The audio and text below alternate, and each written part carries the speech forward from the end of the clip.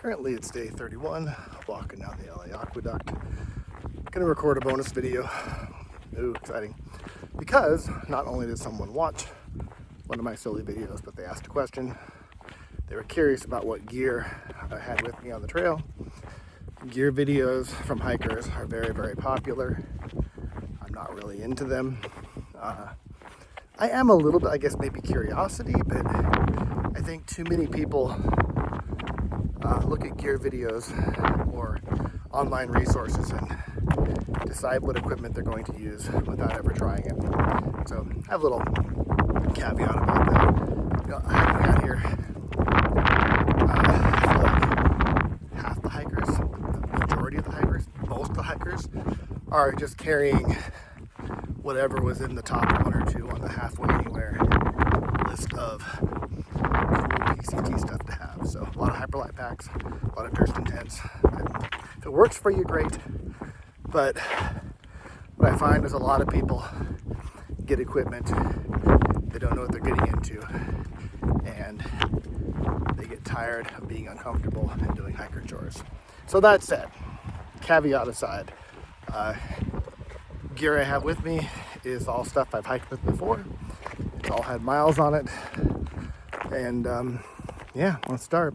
I have a ULA Ohm 2.0 pack, a little smaller than the Circuit, but still more than big enough for everything I need, including the Sierra. At the bottom of my pack, well, at the very bottom is a Frog Togs rain jacket. On top of that is a Enlightened Equipment Enigma 20-degree quilt, more than enough to keep me warm. Probably too warm some nights. We'll see how it goes. If it ever gets too cold, I just pull a jacket underneath the quilt with me. I sleep on top of an Xped 3 inflatable mattress. Far more comfortable than the X-Lights that, one, everyone's carrying, and two, I have never been in a group of hikers where I've not seen someone trying to find the hole in their X-Light. Great, super light pad, but I would rather carry 7 more ounces for comfort and durability. But, you know, you do you. I have a thin light pad, see it over there. I put under my X-Pad at night to keep it from sliding around. Also just good for pulling out and sitting on wherever.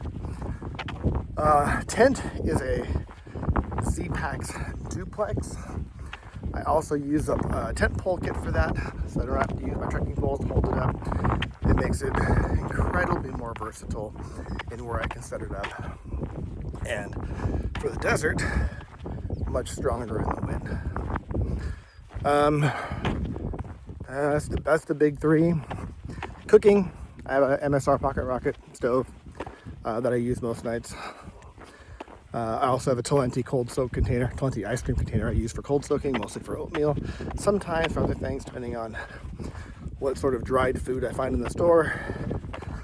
I have an electronics bag, has a battery charger, pump for my mattress, which lasts forever, and my Kindle, which I do read every night. In fact, I have a couple slow days coming up. I get to read it a lot more. I'm excited. I might even read it at a rest stop up here. Anyway, and then I have, a dry bag.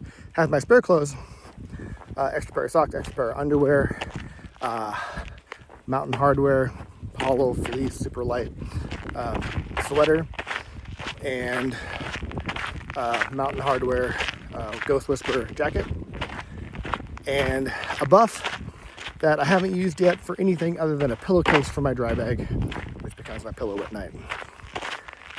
I think that's pretty much it. I'm wearing a generic merino wool sun hoodie, a pair of falling apart Patagonia Terrebonne joggers, getting a new pair in Tehachapi, and I don't know, Ultra Lone Peak 9 Plus. I've worn Ultras for about 10 years because I have neuromas in both feet, and if I wear Ultras, my feet don't get numb when I walk. And 3.5 liters of water bottles, plus a 2-liter Ceenoc bag, and a Sawyer Squeeze filter. And a food bag full of food. Well, junk food, some of it, but food. All right, that is my gear list. I have a Garmin as well, trekking poles, usual stuff. If you have any questions, let me know, but not much to it. Base weight's just under 13 pounds.